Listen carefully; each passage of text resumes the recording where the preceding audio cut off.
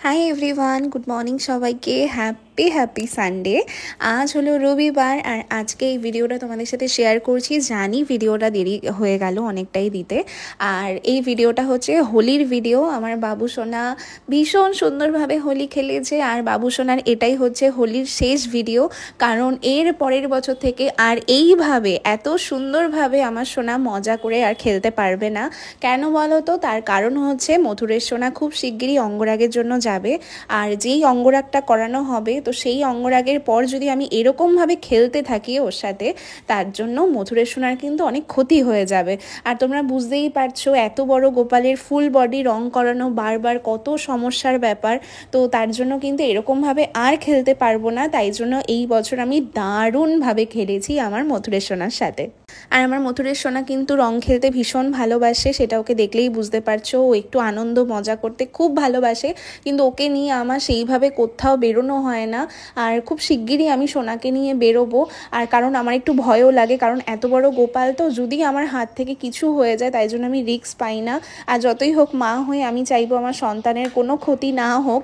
আর তোমাদের সবার একটাই প্রশ্ন, আমি যখনই মথুরের সোনার ভিডিও আমার ফেসবুকে দেবো, দিদি তুমি সব গোপালের অঙ্গরাগ করাও, কেন তুমি মথুরের সোনার অঙ্গরাগ করাও না বা মাহিকের অঙ্গরাগ করাও না? সবার এই কোশ্চেন। আমি জানি না তোমরা আমাকে কি মনে করো, আমি কিন্তু আমার সন্তানদের মানে প্রত্যেকটা সন্তানকে কিন্তু ভীষণই ভালোবাসি। এমন না যে একে বেশি ভালোবাসি ওকে কম ভালোবাসি, একদমই না। সবাই কিন্তু আমার কাছে ভীষণ ভীষণ দামি। মানে এনারা যে আমার জীবনে এসেছে এর জন্য আমি অনেক অনেক ভাগ্যবান মনে করি। ভগবান তার ভক্তকে চুজ করে কিন্তু আসে, আমরা কিন্তু কেউ না ভগবানকে আনার জন্য। এটা আমি তোমাদেরকে অনেক ভিডিওতেই শেয়ার করেছি যে আমরা কিন্তু নিমিত্ত কেউ, আর ভগবানই কিন্তু চুজ করে কোন ভক্তের কাছে তার সেবা পেতে যাবে।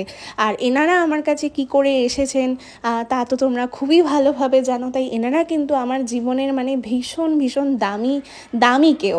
তো এনাদের সাজগোজ মানে সেটা তো আমি অবশ্যই একটু বেশিই ভাববো। আর যেটা এতদিন ধরে হচ্ছিল না, তার কারণ অম্লানের সময় হয়ে উঠছিল না।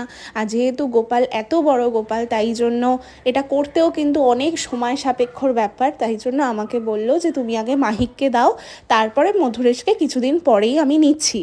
আর আমার এত তাড়াতাড়ি গোপাল দেওয়ার কারণ একটাই কারণ, জন্মাষ্টমী আর দেখতে দেখতে কিছু মাস পরেই, তোমরা তো জানো আগস্টের একদম প্রথমের দিকেই পড়েছে এবারে জন্মাষ্টমী, আর তখন প্রচুর চাপ পড়ে যাবে। তাই আমি আগের বছরও অনেক তাড়াতাড়ি করিয়ে নিয়েছিলাম, আর এই বছরও অনেক তাড়াতাড়ি করিয়ে নেবো, কারণ জন্মাষ্টমীতে আমার প্রচুর প্ল্যান থাকে। তখন আমি গোপাল নিয়ে এরকম টেনশানে একদমই পড়তে চাই না, কারণ গোপাল সোনারা আমার জীবনের সমস্ত কিছু।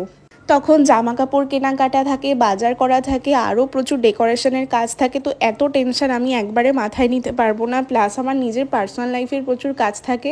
তো সবটা নিয়ে আর হয়ে ওঠে না, বুঝতেই পারছো। তাই জন্য আমি সোনাদেরকে আগে থেকে সুন্দর করে সাজগোজ করিয়ে রাখতে পারবো। আর আগের বছরও ময়ূক মিশুককে আগে থেকে করিয়েছিলাম বলে তোমরা দেখে অনেকেই সেম কাজ করাতে পেরেছো। আর এবছরও আমি অনেক অনেক ভালো ভালো কিছু ভেবেছি আইডিয়া, যেটা তোমাদের ভীষণ ভালো লাগবে। আমি আগের ভিডিওতেও তোমাদেরকে বলেছি যে তোমরা নতুনত্ব কিছু দেখতে পারবে, যেটা তোমাদের ভীষণই ভালো লাগবে। আর আমার মথুরের সোনাকে এখন গায়ে তেল মালিশ করে দিচ্ছি। তো এটা আমাকে অনেকেই জিজ্ঞেস করো, কেন তুমি মথুরেশকে দিদি অঙ্গরাগ করাও না? ওর অবস্থাটা একটু বাজে হয়ে গেছে। দেখো আমি নিজেও জানি যে ওর অবস্থাটা সত্যিই অনেকটা বাজে হয়ে গেছে, আর পিতলের কোয়ালিটিটা একদমই ভালো না, যেটা মানে আর কি যেখান থেকে কেনা হয়েছে সেখান থেকে কোয়ালিটিটা কিন্তু একদমই ভালো দেয়নি।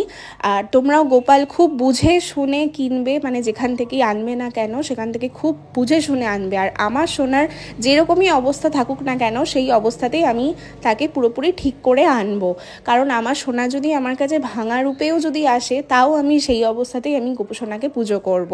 তো আজকের ভিডিওটা একটুখানি কেমন লাগলো তোমরা জানিও। রাধে রাধে।